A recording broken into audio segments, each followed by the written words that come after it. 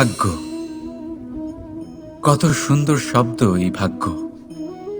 কিন্তু যতটা সুন্দর ঠিক ততটাই রহস্যময় এই শব্দ।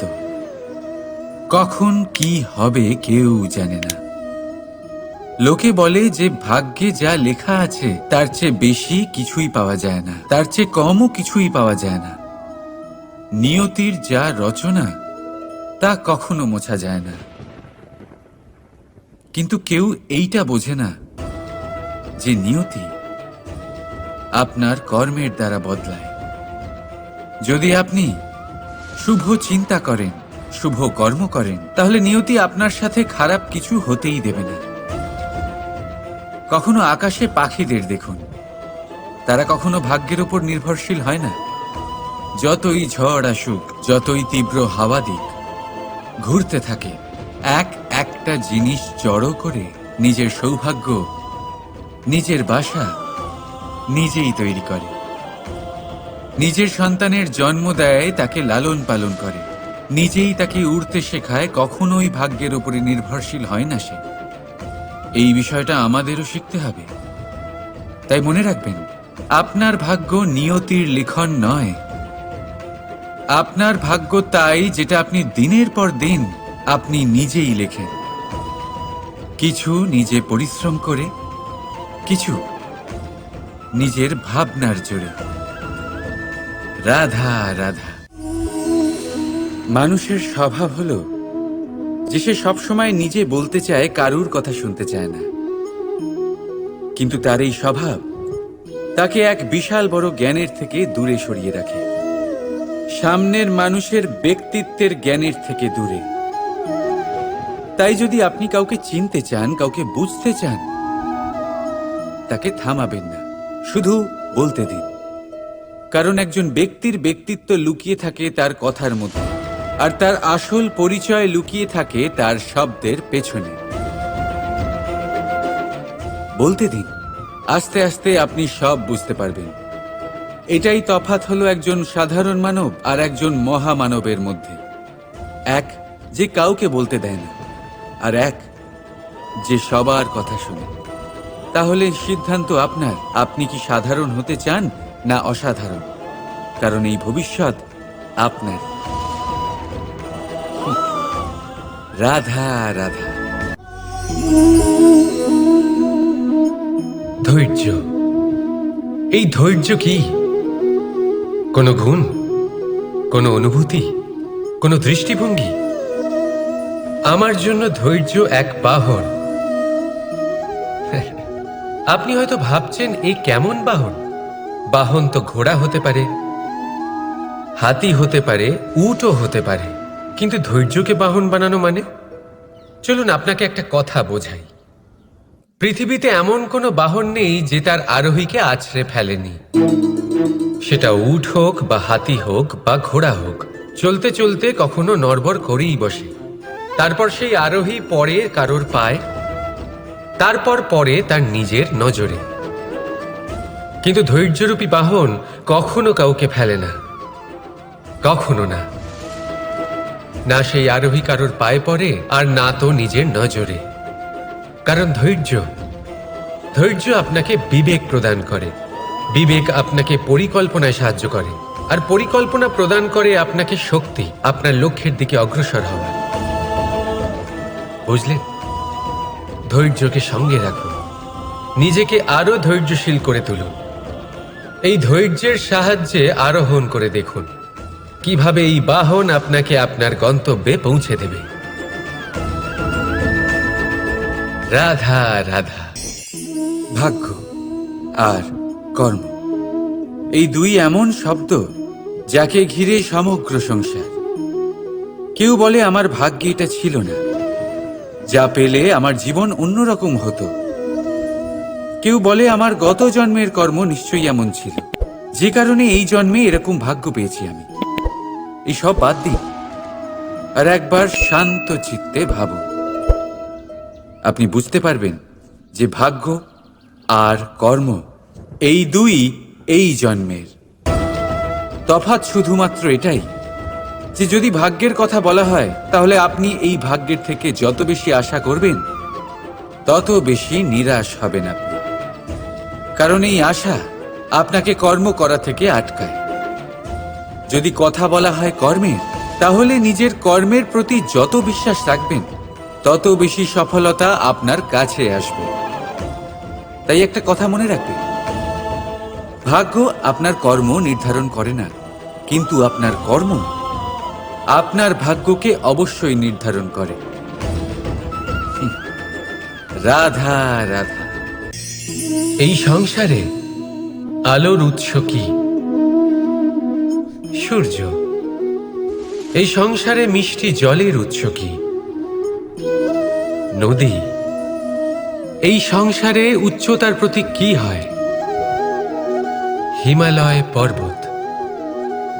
আমরাও জীবনে এরকমই হতে চাই, সূর্যের মতো তেজস্বী হতে চাই, নদীর মতো পূজনীয় হতে চাই, হিমালয় পর্বতের মতো উচ্চতা লাভ করতে চাই। সব ঠিক আছে, কিন্তু তার জন্য আমরা কাজ কি করি? যদি এরকম আমরা হতে চাই, তাহলে সবার আগে সূর্যের মতো নিজেকে উজ্জ্বল করুন। সূর্যের সব থেকে বেশি আলো নিজের অন্তরে থাকে।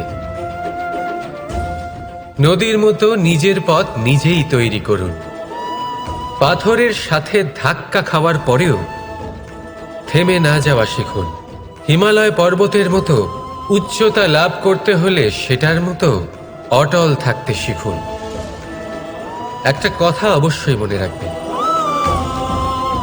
নিজেকে জ্বালাবেন, তবেই সংসারকে আলোকিত করতে পারবেন। রাধা রাধা। প্রতীক্ষা, প্রয়াস, এই দুই জীবনের অভিন্ন অঙ্গ। দেখতে গেলে আমরা জীবনে কারোর না কারোর প্রতীক্ষা অবশ্যই করি। সে কোনো ব্যক্তি হোক বা সময় হোক বা কোনো ভাবনা, সবকিছুই হতে পারে। আর দেখতে গেলে সব সময় কেউ না কেউ কিছু প্রয়াসও করে চলেছে। যেমন সাফল্য আসার প্রতীক্ষা, বিফলতা যাতে না আসে তার জন্য প্রয়াস। সুখ আসার প্রতীক্ষা, দুঃখ যাতে না আসে তার জন্য প্রয়াস। এবার প্রতীক্ষা আর প্রয়াসের মধ্যে এক ঘনিষ্ঠ সম্পর্ক রয়েছে, আর তা হল যিনি প্রতীক্ষা করেন তিনি ঠিক তাই পান যা একজন প্রয়াস করা ব্যক্তি পেছনে ফেলে আসেন। তাই প্রতীক্ষা নয়, প্রয়াস করুন। এই প্রয়াসের মধ্যেই সুখের চাবিকাঠি রয়েছে। রাধা রাধা। মানুষ কর্ম করেন। আমি বারংবার বলি যে ফলের আশা করবেন না। তাও মানুষ কোথাও না কোথাও নিজের কর্মের বদলে কোনো না কোনো ফলের আশা অবশ্যই রাখেন। কখনো তিনি সফল হন, কখনো অসফল। সেই জন্যই আমি বলি যে ফলের আশা কখনো রাখবেন না, কারণ সাফল্য বা অসফলতা মনের মধ্যে রাখলে কখনো কোনো লাভ হয় না। যদি সাফল্য মনের মধ্যে রাখেন তাহলে অহংকার জন্ম নেবে। যদি অসফলতা মনের মধ্যে রাখেন তাহলে এক হীনমন্যতায় আপনি ভুগবেন, যা দিয়ে কোনো শুভকর্ম হবে না। সেই জন্য শুধুই কর্ম করে যান, কর্মেই মগ্ন থাকুন। আর আসুন আমার সাথে ভালোবেসে বলুন, রাধা রাধা। বন্ধু আর শত্রু, প্রত্যেকের জীবনের একটা বড় অংশ এর উপরে নির্ভরশীল হয়ে থাকে। আপনার জীবনের সফলতা আর অসফলতাও এর উপরে নির্ভরশীল।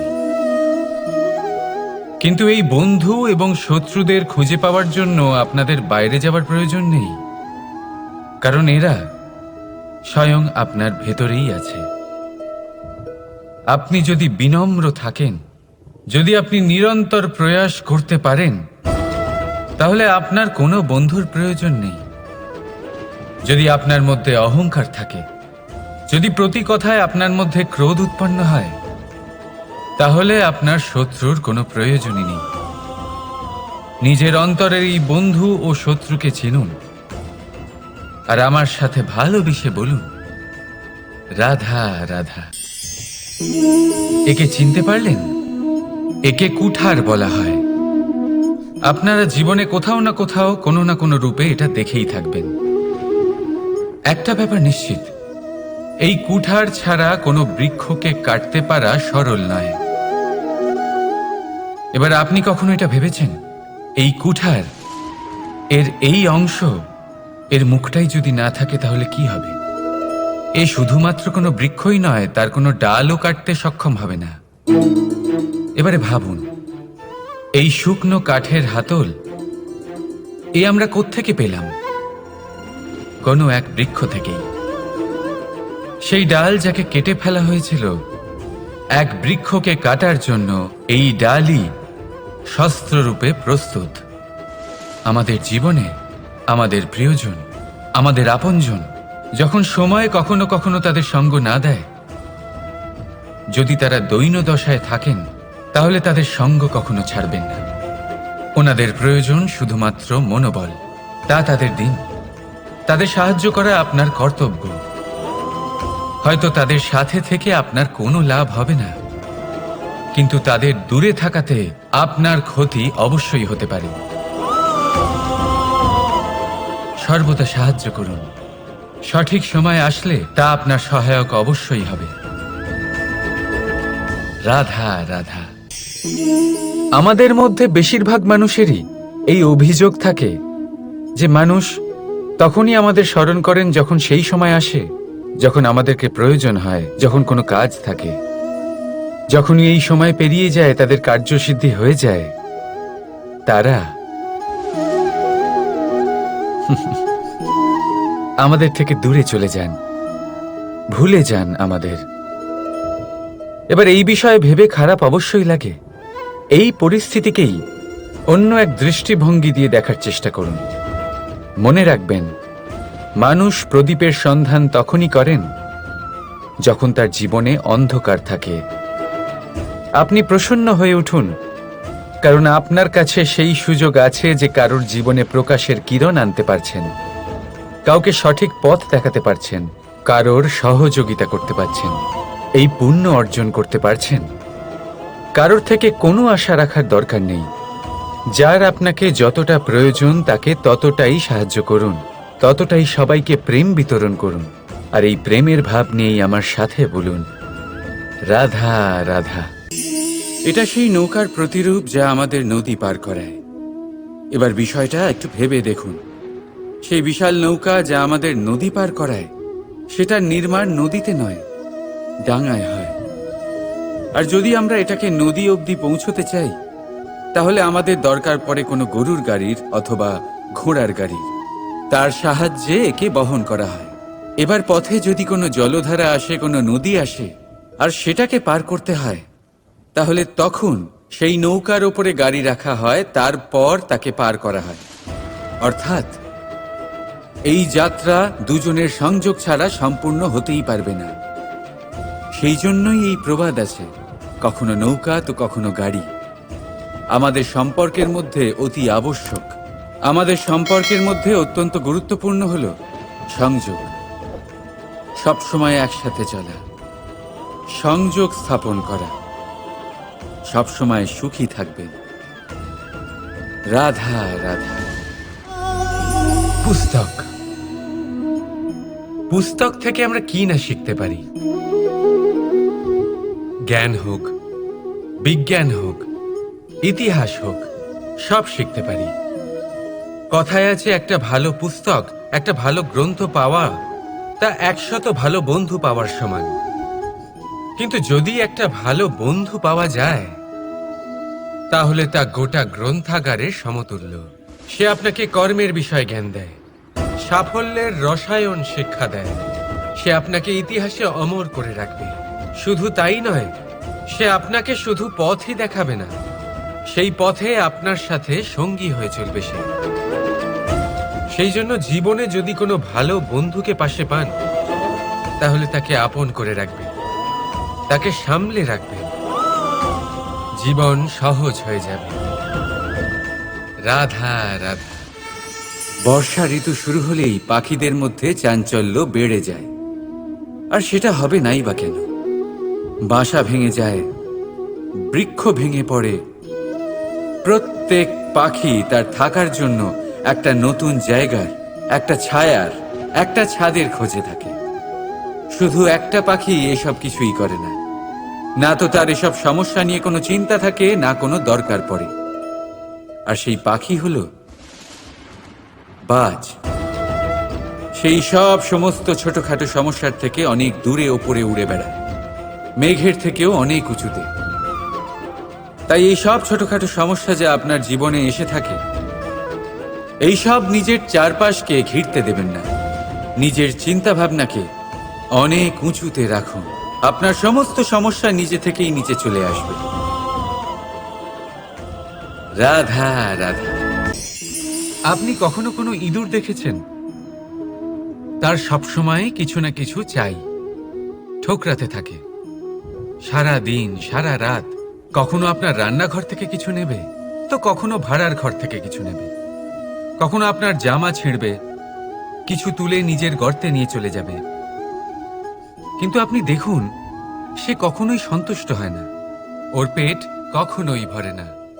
ঠিক তারই বিপরীত হলো নদী। কারোর থেকে কিছুই নেয় না, শুধুই দান করে। নিজের জল এই প্রকৃতিকে বিলিয়ে দেয়, এই ধরাকে ভিজিয়ে বয়ে চলে, এই প্রকৃতিকে একটা নতুন জন্ম দেয়। আর এই নদী যে সবসময় শুধুমাত্র দান করে, আপনি দেখবেন এই নদী কখনোই খালি হয়ে যায় না। এটা থেকে আপনি কি শিখলেন? যে সবসময় ছিনিয়ে খায়, সে সবসময় অভুক্তই থাকে। যে ব্যক্তি সবসময় সবাইকে দান করে, তাকে এই ক্ষুধা কখনোই জ্বালায় না। যে ইঁদুর যে সবসময় ছিনিয়ে খায়, একলা হয়ে যায়, তার শত্রু তৈরি হয়। সেখানেই নদী যে সবসময় সবাইকে দান করে, তাকে মানুষ মা ভেবে তার পুজো করে। তাই ছিনিয়ে নয়, দান করাতে বিশ্বাস রাখুন। আর আসুন আমার সাথে ভালোবেসে বলুন, রাধা রাধা। কোনো ব্যক্তির ব্যক্তিত্ব কিভাবে তৈরি হয়? আপনার কি মনে হয় যে ব্যক্তি জন্ম থেকে তার স্বভাব নিয়ে জন্মায়? নাকি আপনার মনে হয় যে এই প্রকৃতি ব্যক্তির জন্য তার নিয়তি রচনা করে? না, এরকম একেবারেই হয় না। আমি আপনাকে বোঝাচ্ছি। যখনই বৃষ্টি পড়ে, কোনো বিন্দুর দিকে দেখবেন। এবার এই বিন্দু যেখানে পড়ছে, তার উপরে নির্ভর করছে তারপর কি হবে। যদি এই বিন্দু পড়ে কোনো ক্ষেতের ওপরে, তাহলে কোনো নতুন ফসলের জন্ম দেবে। যদি সে গরম কড়াইতে পড়ে, তাহলে বাষ্পীত হবে। যদি সে কোনো সাপের মুখের ভেতরে পড়ে, তাহলে বিষ তৈরি হবে। ঝিনুকের ভেতরে পড়লে মুক্ত তৈরি হবে। যদি কোনো পাতার ওপরে পড়ে, তাহলে শিশির তৈরি হবে। একই বিন্দু, কিন্তু তার সঙ্গত তার ভবিষ্যৎ এবং ব্যক্তিত্ব নির্ধারণ করবে। এবার এটা তো শুধুমাত্র এক বিন্দু, তার কাজ হলো শুধুমাত্র পড়া। কোথায় সেটা সেও নির্ধারণ করতে পারে না। কিন্তু আপনি হলেন মানুষ। আপনি বাছাই করতে পারবেন যে আপনার সঙ্গী কারা হবে, কাদের সাথে আপনি মেলামেশা করে বড় হবেন। তাই তা ভালোভাবে করুন, কারণ এই নির্বাচন আপনার হাতে, কারণ এই জীবন আপনার, ভবিষ্যৎ আপনার। এবার আপনি মহান হতে চান কি না, তার নির্ণয় আপনাকেই করতে হবে। আসুন আমার সাথে ভালোবেসে বলুন, রাধা রাধা।